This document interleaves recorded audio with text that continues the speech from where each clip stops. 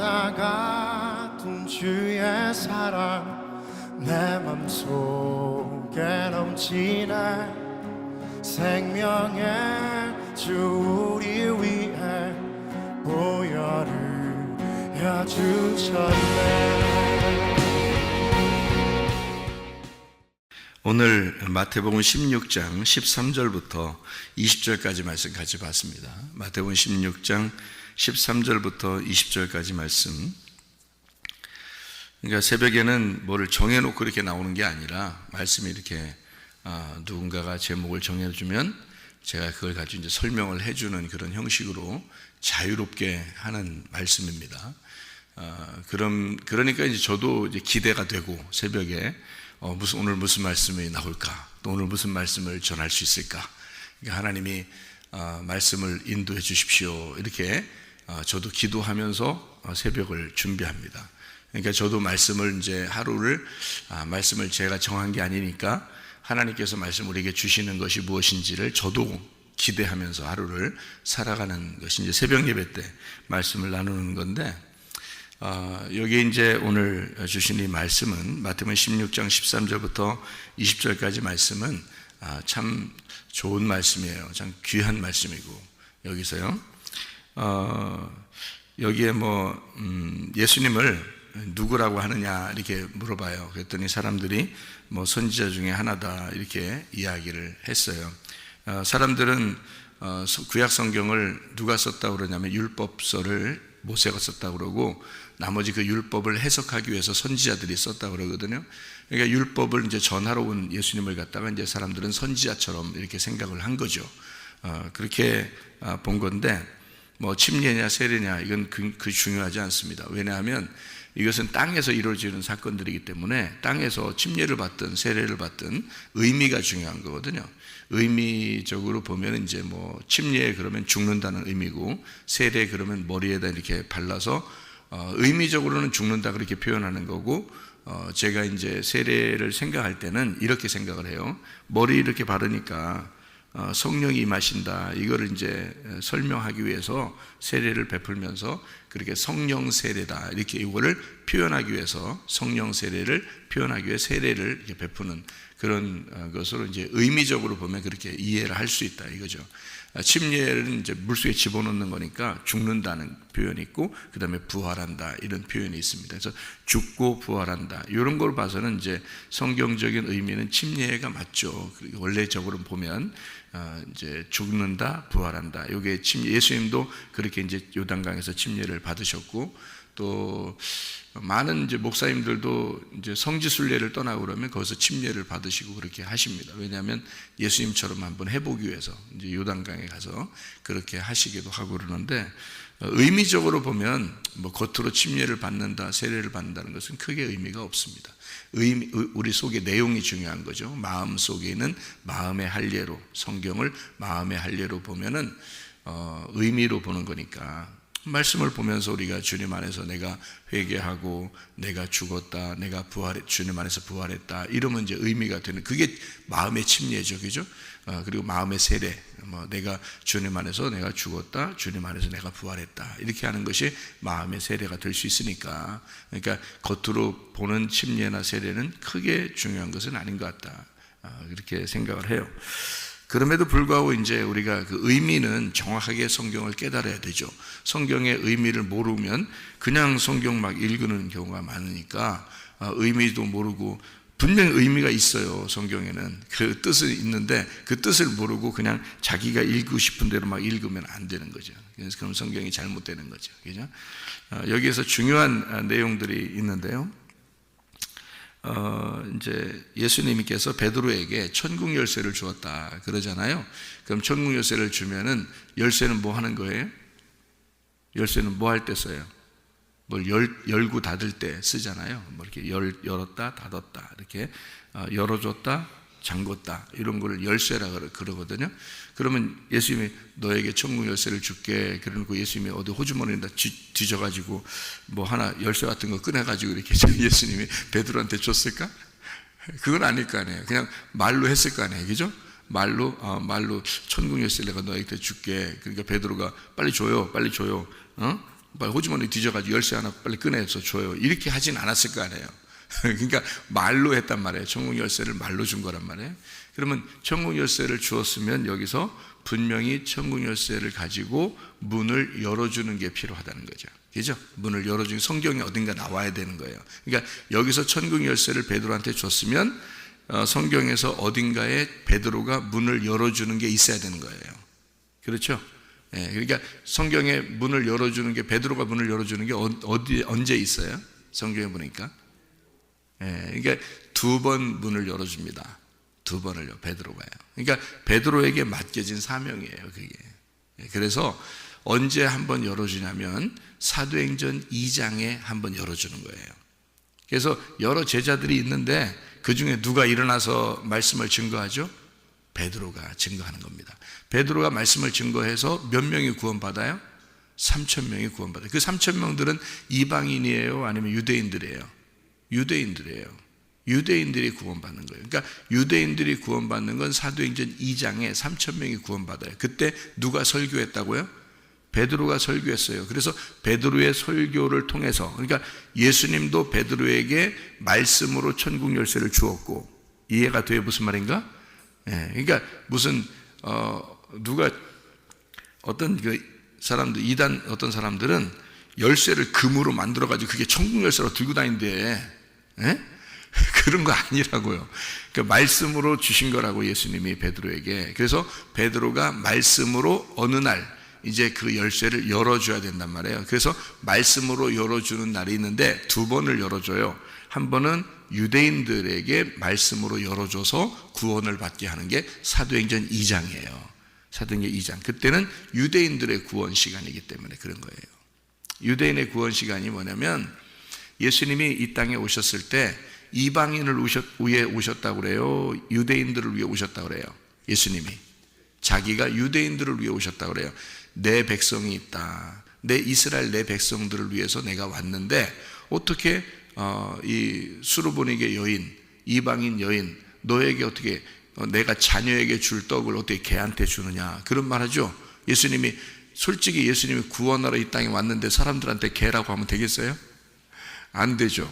그런데 예수님이 그렇게 말했단 말이에요. 왜 그렇게 말했냐면 무시해서 그런 게 아니에요. 그 말은 유대인과 이방인의 차이를 두고 내가 유대인들을 구원하러 왔는데, 그 시간에 왔는데 이방인인 너에게 내가 구원할 수가 없어서 어떡하냐, 그런 말이죠. 그러니까 이 여인이 또 어떻게 해요?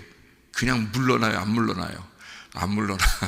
안 물러나고 뭐라 그러냐면, 주님 나 걔 맞아요. 나 걔 맞는데 나 구원해줘요. 우리 딸 구원해줘요. 자녀의 떡을 부스러기라도 걔는 먹지 않습니까? 그럼 그 부스러기라도 좀 줘. 이거 얼마나 대단한 믿음입니까? 그러니까 예수님이 그냥 지나가지 못하는 거예요. 나는 유대인들을 위해서 왔지만 네가 그렇게 간청하니 너의 믿음이 너를 구원했다 그러잖아요. 그러니까 예수님이 직접 줄 수는 없으니까 네가 믿는 걸 보니까 네 믿음이 네 자녀를 구원한다는 거예요. 참 놀라운 거죠. 백부장도 마찬가지죠. 백부장이 이스라엘 사람이 아니잖아요. 예수님이 백부장한테 어떻게 구원합니까? 이방인인데, 유대인의 시대에 왔는데 예수님이. 그러니까 백부장 구원할 수 없잖아요. 그러니까 네 믿음이 또 구원했다 그렇게 말하잖아요. 그러니까 예수님이 유대인들한테는요, 이스라엘 사람들한테는 뭐 귀에다가도 손가락 집어넣고 막 낫게 해주고요, 눈도 이렇게 막 비벼서 이렇게 막 눈도 이렇게 비벼주고, 그 다음에 안수도 해주고 막 이럽니다. 낫게 해줄 때 보면 이스라엘 사람들한테는. 근데 이방인한테는 손 안 대요. 손 안 됩니다. 왜냐하면 이방인의 시대에 온 게 아니기 때문에 그래요. 그래서 너의 믿음이 너를 구원했다 이렇게 얘기하는 거예요. 사마리아 사람도 이스라엘 사람이에요. 그래서 사마리아 여자한테는 직접 가서 구원하죠.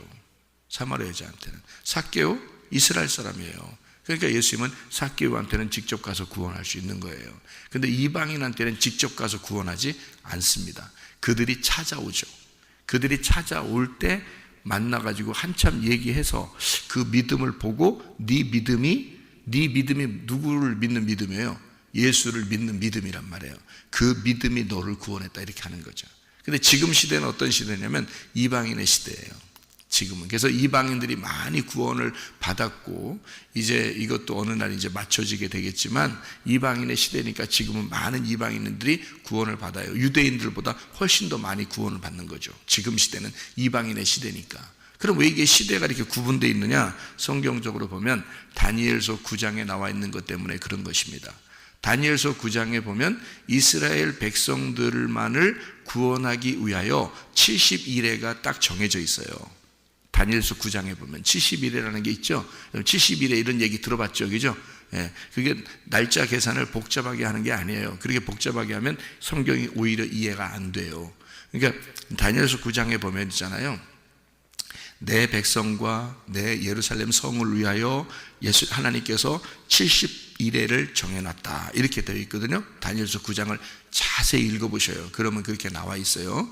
내 백성과 예루살렘을 위하여 내가 이 70일회를 약속으로 정해놨다 이렇게 되어 있어요. 그래서 이제 7일회가 지나고요. 그리고 62일회가 지나고요. 그래서 69일회가 지나서 마지막 한 일회가 남아요. 그게 이제 7일이거든요. 그래서 7일을 1일을 1년으로 계산해서 7년 이렇게 예산해요. 그러니까 사람들은 이제 그걸 가지고 뭘 생각하게 되냐면 7년 대환란 이런 얘기 들어보셨죠? 여러분 사람 7년 대환란 이런 얘기 들어봤죠? 그래서 7년 대환란이라는 얘기가 거기서 나온 거예요. 다니엘서 9장 때문에. 근데 그 7년 마지막 7일이라는 그 마지막 한 일에 그 7일에서요. 거기 성경에 자세히 보면 이렇게 나와 있어요. 그 7일에서 중간에 메시아가 죽는다는 말이 나와요. 거기에. 그 마지막 7일에 그러니까 마지막 한 일회죠. 그 7일이죠. 7일 동안에 그 중간에 예수님이 죽는다 이 말이 나오거든요. 메시아가 기름 부음 받은 자가 메시아고 메시아는 그리스도를 말해요. 그러니까 메시아는 히브리어 말이고요. 그리스도라는 말은 그 메시아의 헬라 말이에요. 그러니까 구약에서는 메시아라 그러는 거고 신약에서는 그리스도라 그러는 거예요. 그걸. 그러니까 메시아가 죽는다, 그리스도가 죽는다는 말이거든요. 그게 한 일의 중간에 그러니까 3일 반 7일이니까 그죠? 7일 일주일이니까 거기서 중간에 죽으니까 3일 반에 죽는 거야. 그러면 3일 반을 1일을 1년으로 계산하니까 하나님께서 1일을 1년으로 계산하니까 얼마 동안에 죽어야 되는 거예요? 3년 반에 죽어야 되는 거죠. 7년이면 3년 반 만에 죽어야 되는 거지. 그러니까 예수님이 이 땅에 오셔가지고 몇 년 동안만 일해야 돼요? 3년 반만 딱 일해야 되는 거예요. 그러니까 그게 정해져 있어서 그런 거예요. 성경에 정해진 규칙이란 말이에요. 그러니까 다니엘서 9장에 나와 있는 규칙이에요. 그러니까 땅에서 이루어지는 것이 하늘에서 이루어지는 거예요. 똑같아요, 이게.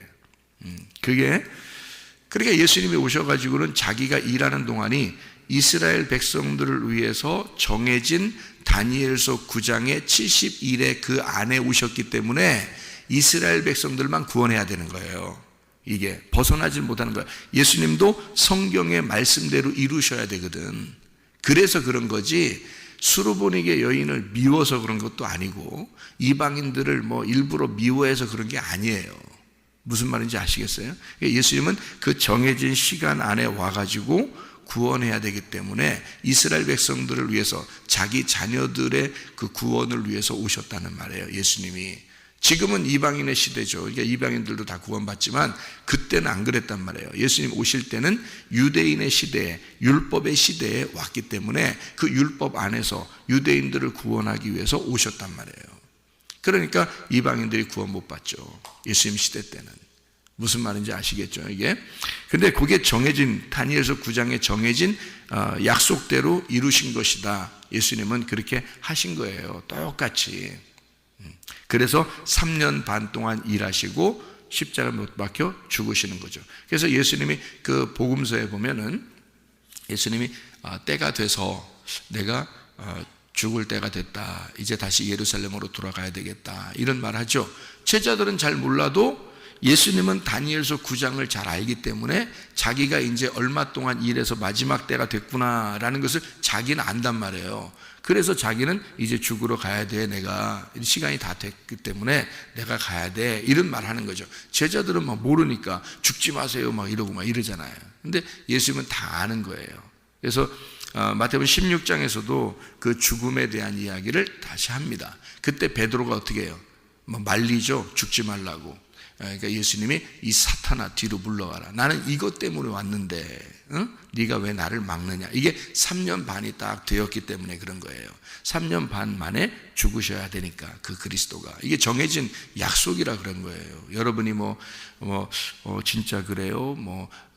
혹시 아닌 거 아니에요? 아무리 해도 제가 지금 말하는 거는 모든 신학자들도 다 알고 있는 얘기예요. 그러니까 이 얘기는 여러분이 모른다고 해서 혹시 아닌 거 아니에요? 그럴 필요가 없어요. 이게 그 말이 맞는 거니까 이 말이란 말이에요. 그래서 3년 반 동안 예수님은 30세에 일을 시작하시고 그리고 3년 반 동안 일하셔서 33년 반을 이 땅에 사셨어요. 여러분 그런 얘기 들어보셨죠? 그죠? 그러니까 왜 30세 때 딱 시작이 되느냐면 성경의 제사장의 나이가 제사장, 선지자, 이 제사장의 나이가 30세가 돼야 하나님 일을 할 수 있어요. 정해진 나이란 말이에요. 그것도. 그래서 예수님이 30세가 돼서 시작을 하고 딱 3년 반 동안만 일하고 가시는 거예요. 그게 마지막 한 일회의 중간 3년 반, 그때 돌아가셔서 부활하셔야 된다. 그게 정해진 다니엘서 9장의 약속이다. 이런 얘기예요. 그러니까 복잡한 게 아니에요. 나머지 3년 반이 남았을 거 아닙니까? 한 일회니까, 그죠? 한 일회니까 3일 반이 지났으니까 나머지 3일 반이 남았죠? 그 3년 반이 남았을 거 아니에요. 그죠? 그때가 이제 어느 날이냐? 사도행전 2장에 예수님의 제자들이 전도하면서 다니는 시간이란 말이에요. 그게 3년 반이에요. 그 3년 반이 언제까지냐면 그 3년 반이 끝나는 때가 사도행전 9장까지예요. 그래서 사도행전 9장까지가 유대인들만 구원받았어요. 다 보시라고 성경을. 그러니까 사도행전 9장까지는 이방인이 구원 못 받아요. 다 찾아봐. 혹시 이방인 구원받았나 이렇게. 사도행전 9장까지 예수님이 십자가 못 박혀 돌아가시고 부활하고 승천했는데도 성령님 임하셔서 교회가 생겨나고 다 했는데도 이방인들이 구원을 못 받아. 사도행전 9장까지. 그때까지 사도 바울이 나오기 전까지죠. 그러니까 사도 바울이 나오기 전까지 계속 유대인들만 구원받는 거예요. 사도행전 9장. 그때가 마지막 3년 반이 끝나는 때예요. 거기까지가. 마지막 3년 반이 다 끝나잖아요. 그러면 이스라엘 백성들을 다 구원한 거죠. 다 구원했으니까 이제 하나님 입장에서 어떻게 돼? 빨리 사도 바울을 선택을 해야 되고 이방인에게 전도를 나가야 되는 거예요, 이제. 그게 사도행전의 이제 10장부터 시작을 하는 거거든요. 그러니까 10장에 이방인이 구원받아야 되니까 10장 전에 사도 바울이 구원을 받아야 되는 거야. 이해가 되겠어요? 먼저 구원을 시켜서 사도 바울을 선택을 해야지. 사명자로, 이방인의 구원자로 선택을 해야지. 그렇죠? 그리고서 사도행전 10장에 고넬료를 구원시키는 거예요. 누구를 통해서? 베드로를 통해서. 왜 베드로를? 아니 바울이 분명히 사도행전 10장 전에 구원받았거든요. 그럼 바울을 보내야지. 그죠? 고넬료 구원을 위해서 바울을 보내야 되잖아요. 그런데 베드로를 보낸단 말이에요. 예수님이 일부러. 왜요? 베드로가 뭘 가지고 있다? 열쇠를 가지고 있기 때문에. 베드로가 열어줘야 그 다음 사람들이 들어가는 거예요. 이게 성경의 아주 재밌는 이야기예요. 그러니까 사도행전 2장에는 베드로가 문을 열어가지고 복음의 문을 열어서 3,000명이 구원받는데 모두 다 이스라엘 백성들이다. 무슨 말인지 알겠죠? 그리고 9장까지, 사도행전 9장까지 계속 이스라엘 사람들만 구원받아. 그러다가 때가 다 됐어. 그때는 예수님이 다 알아. 예수님만 정하는 거니까. 그러니까 그 때가 딱 되니까 예수님만 알잖아요. 다른 사람들은 몰라. 언제 이방인들이 구원받아야 되는지 모르니까 그 사람들은 계속 이스라엘 사람들만 구원해야 되는 줄 알아. 근데 예수님은 알잖아요. 이방인들의 때가 시작돼야 된다. 이제 마지막 다니엘의 9장에 있는 70일에가 마쳤다. 그러니까 이것이 끝나니까 내가 3년 반 일하고 너희들 제자들이 3년 반을 일해서 이것이 다 완성이 되었다. 이제는 이방인들이 구원받는 시대가 되었다. 그러니까 누구를 선택해야 되면 바울을 빨리 선택하는 거야. 예수님이 바울을 선택해놓고 이방인을 위해서 준비해놓고 그 다음에 베드로 보고 문을 열어주라는 거지. 그게 고넬료의 구원이에요. 사도행전 10장. 그게요. 그래서 고넬료의 구원은요, 기적적으로 일어나는 겁니다. 사도행전 10장에 보면. 그게 일반적으로 전도에서 일어나는 게 아니에요. 하나님이 천사를 보내서 고넬료를 선택하시고 그리고 베드로를 데려오라고 그래요. 그 시간에 바울이 구원받아서 기도하고 있거든요. 그 시간에 바울도. 근데 예수님이 뭐라고 그래요? 천사를 통해서 베드로를 데려오라 그랬잖아요. 왜 그러겠어요? 베드로가 열어줘야 되니까. 고넬료가 첫 번째 사도행전의 이방인의 구원자니까, 구원받는 사람이니까. 그러니까 베드로가 와서 구원을 시켜줘야 돼요. 그래서 베드로 오라고 한 거예요. 그래서 그런 거예요. 그래서 베드로 와가지고 구원시켜주잖아요. 복음을 믿어라. 말씀이 베드로가 말씀을 증거할 때 하나님의 막 영이 습격해 들어가는 겁니다. 그래서 고넬료의 가정이 다 구원받아요. 그리고 난 다음에 이제 사도행전 11장부터 이제 바울의 시대가 열리는 거야. 그래서 사도행전 마지막까지 바울이 주로 나오잖아요. 이해가 되겠어요? 예, 그러니까 사도행전 10장까지는 베드로가 중심이란 말이에요. 사도행전 10장까지는. 그리고 11장부터는 바울이 중심이에요. 그러니까 성경은 아주 정확합니다. 그러니까 성경대로 이루어지는 거예요, 여러분. 말씀이. 그래서 말씀대로 이루어지고 말씀대로 창조하시고 말씀대로 심판하실 거예요. 그러니까 말씀을 잘 알으셔야 돼, 여러분도. 말씀을 잘 알고 그 말씀대로 순종하며 살아야 돼. 우리 생각대로 살면 안 돼. 하나님 말씀대로 살아야 돼. 이게요. 성경이 너무 정확하기 때문입니다.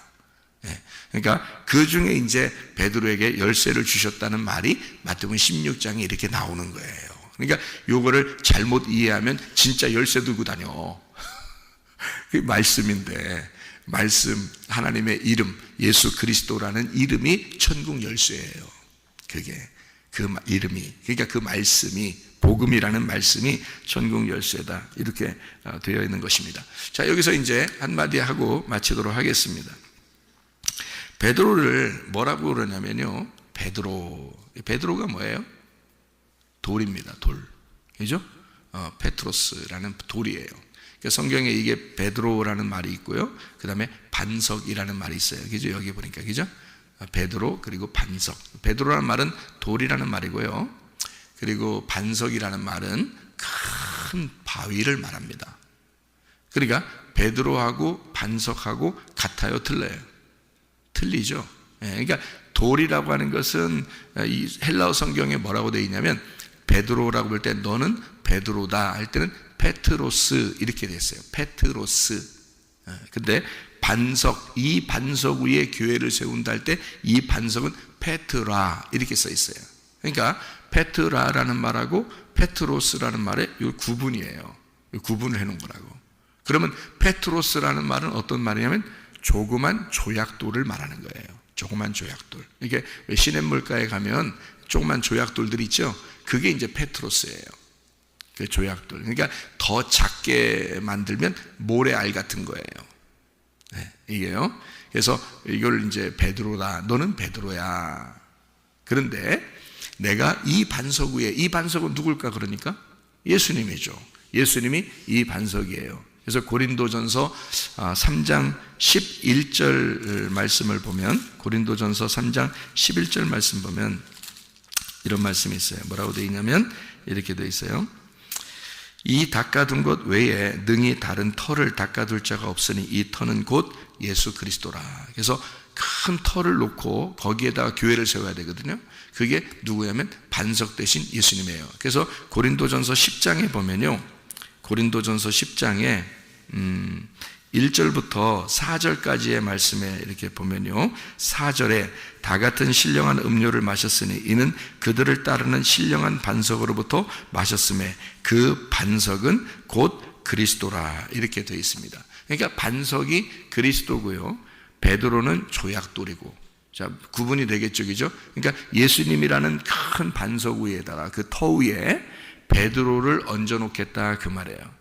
그러니까 베드로는 누구를 말하는 거예요? 그러니까 여러분과 저도 다 베드로인 거지, 그죠? 우리도 다 조약돌이니까.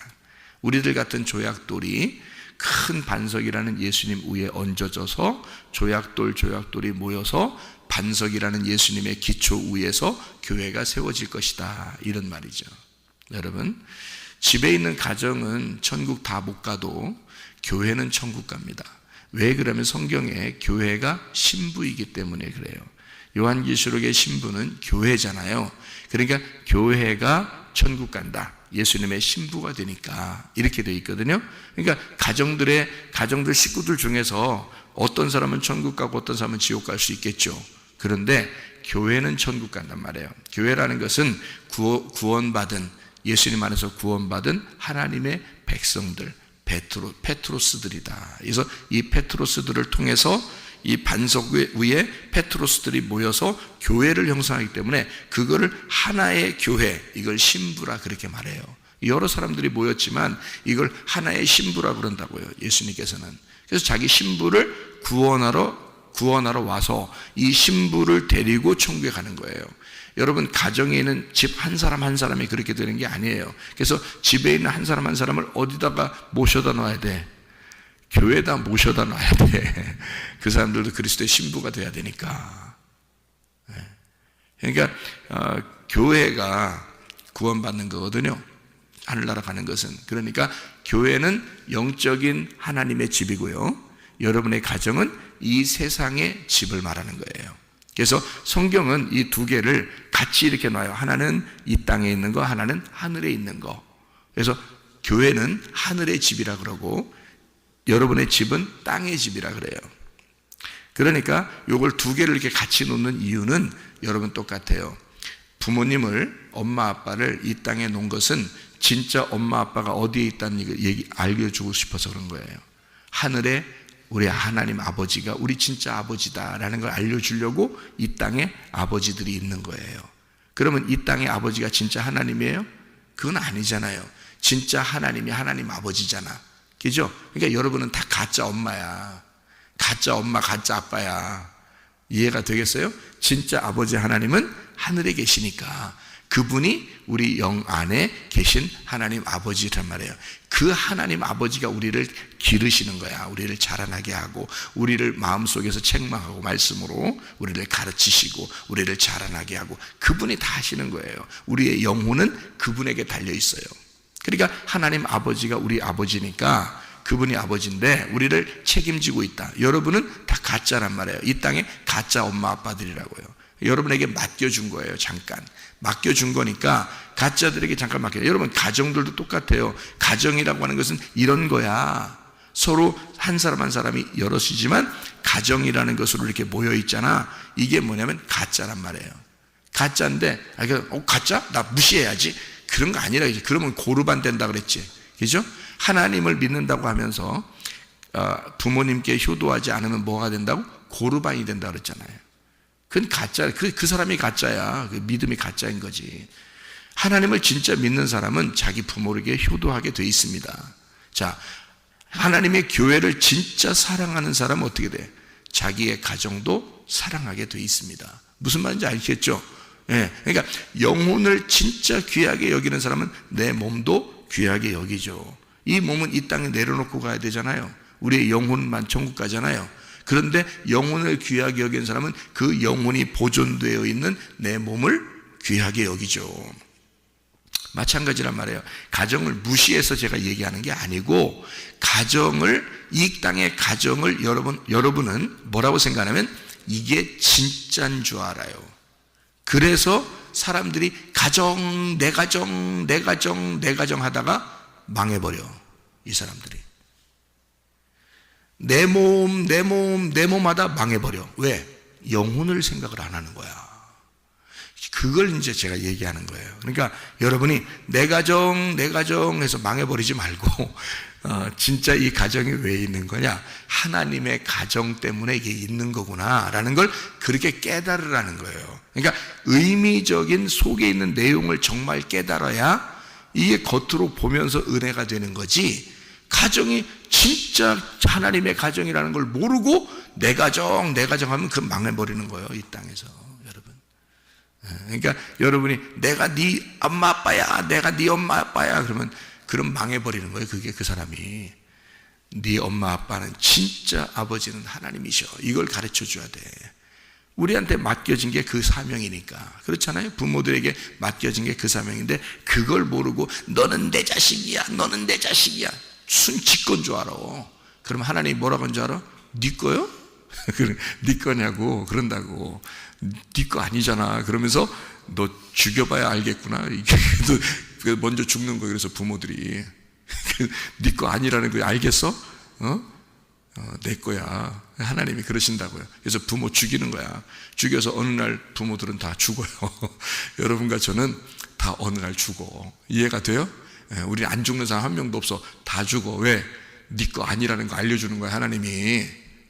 그러니까 미리 우리가 알자 이거야. 아, 내 거 아니구나. 이 땅에 있는 게 내 게 아니었구나. 이걸 깨닫는 거예요. 그거 깨달으라고 말씀 듣는 거예요. 우리가 말씀 듣고 내 거 아니구나라는 걸 자꾸 이해하라는 거예요. 자꾸 이해해서 하나님 아버지 거구나. 이게 모든 게 하나님 아버지 거였구나. 나도 하나님 아버지 거였구나. 내 자식도 내 돈도 내 가정도 다 하나님 아버지 것이었구나 라는 걸 깨달으라는 거지. 무슨 말인지 아시겠죠? 그래서 베드로가 어떤 사람이다? 시몬 베드로다. 시몬 베드로라는 것은요, 일부러 시몬 베드로라고 얘기한 거예요. 왜 그런지 알아요? 가룟 유다가 시몬 가룟 유다거든. 가룟 시몬의 아들이에요. 그래서 시몬의 아들 가룟. 그래서 베드로가 나올 때는 가룟 유다 같이 나와. 무슨 말인지 참 희한하죠, 그죠? 그래서 요한복음의 6장을 한번 봐봐요. 여러분, 요한복음 6장. 요 얘기를 하고서 마쳐야 되겠죠. 요한복음 6장에 68절에 보니까 시몬 베드로가 대답하되 주여 영생의 말씀이 주께 있사오니 우리가 누구에게로 가오리까. 멋진 말을 하죠. 그리고서 71절에 이 말씀은 가룟 시몬의 아들 유다를 가리키심이라. 그는 12 중에 하나로 예수를 팔자러라. 이렇게 되어 있죠. 그리고 요한복음 13장을 한번 봐요. 13장 24절부터 27절까지의 말씀을 보니까 이렇게 되어 있어요. 시몬 베드로가 머리짓을 하여 말하되 말씀하신 자가 누구인지 말하라. 이렇게 이야기하거든요. 그랬더니 26절에 예수께서 대답하시되 내가 떡 한 조각을 적셔다 주는 자가 그니라 하시고 곧 한 조각을 적셔서 가롯 시몬의 아들 유다에게 주시니. 이렇게 되어 있습니다. 왜 이런 이제 성경을 왜 시몬 베드로 또는 시몬 가룟 유다 이렇게 왜 썼냐면 성경에 시몬 베드로가 시몬 가룟 유다라고 하는 것을 같이 매칭을 시켜주고 싶어서 그런 거예요. 성경은. 그러니까 베드로가 3번을 부인하잖아요. 그죠? 그 착한 일이에요? 아니죠. 가룟 시몬의 유다가 어떻게 해요? 예수님을 팔아버리죠. 같은 일이란 말이에요. 그게 같은 역사라고 얘기해요. 그러니까 베드로나 가룟 유다는 같은 일을 한 거란 말이에요. 베드로는 3번 부인하죠. 가룟 유다는 예수님을 팔아버리죠. 이게 같은 거예요. 그러니까 여러분과 저는 어떤 사람이에요? 베드로와 같이 예수님을 부인하는 자이고 가룟 유다와 같이 예수를 팔아먹는 자다 이 말이에요. 여러분과 제가 그런 모습이에요. 이게 같은 사람인 거예요. 그런데 이 같은 사람을 예수님은 마태복음 16장에 시몬 베드로에게 뭐를 만들어주겠다는 거예요? 교회를 만들어주겠다는 거예요. 너를 교회 만들어. 그러니까 이게 말이 안 맞잖아요. 그죠? 베드로는 상당히 약하고 조약돌이고 조그만 돌이고 모래알 같은 자인데 교회를 만들어주겠다는 거예요. 그러니까 이게 말이 안 되는데 그걸 일부러 그러는 거예요. 그러니까 시몬 가룟 유다 같은 자 그리고 시몬 베드로 같은 우리들을 진짜 반석 되신 그리스도 안에서 너가 교회가 되게 만들어주겠다. 그건 그런 설명이에요. 옛날에 그 사울 있죠. 사울 왕, 구약에 사울 왕이 있죠. 맨날 다윗 쫓아다니면서 죽이려고 하잖아요. 신약에 보면 또 사울이 또 하나 나오죠. 누구예요? 사울, 바울된 사울이 나오잖아요. 이 사울은 또 꼭 그리스도인들만 쫓아다니며 죽이려고 그러잖아요. 그러다가 스데반 죽이잖아요. 그러니까 사울이라는 사람이 뭐가 되게 만들려고 하는 거예요? 구약에서는 사울 왕이 다윗 왕 되게 만들려고 하는 거고요. 신약에서는 사울이라는 사람이 바울 되게 만드는 거예요. 그러니까 그게 누구를 죽이면서 일이 일어나는 거냐면 사울이라는 사람이 스데반을 죽이고 바울이 되는 거예요. 그런 역사죠. 그러니까 시몬 베드로 같은 사람을 세워서 하나님은 진짜 교회의 기초가 되는 하나님의 사람을 만들고 싶어 한다라는 말입니다. 그에게 천국 열쇠를 주어서 그 말씀으로 교회를 세우겠다. 너를 통해서, 너 같은 약한 자를 통해서 너는 늘 나를 부인할 거고 너는 늘 나를 떠날 것이고 그런 너를 위해서, 그 너를 위해 내가 죽을 거다. 그러니 내가 죽고 난 다음에는 네가 진짜 교회의 기초가 될 거야. 그런 말이죠. 이게 굉장히 사랑스러운 말입니다. 주님의 사랑이. 우리는 솔직히 그렇게 부족한 사람들이에요. 그게 인간들이에요. 그게 우리들이라고. 근데 우리들을 통해서 하나님은 교회를 세우시겠다는 거예요. 우리 연약한 사람들을 통해서 주님이 반석이 되시고 우리를 통하여 교회를 세우시겠다. 여러분과 제가, 여러분 자신을 통해서 가정이 잘 그리스도 안에서 세워지시기를 바랍니다. 여러분을 통해서 교회가 잘 세워지시기를 바랍니다. 기도하겠습니다.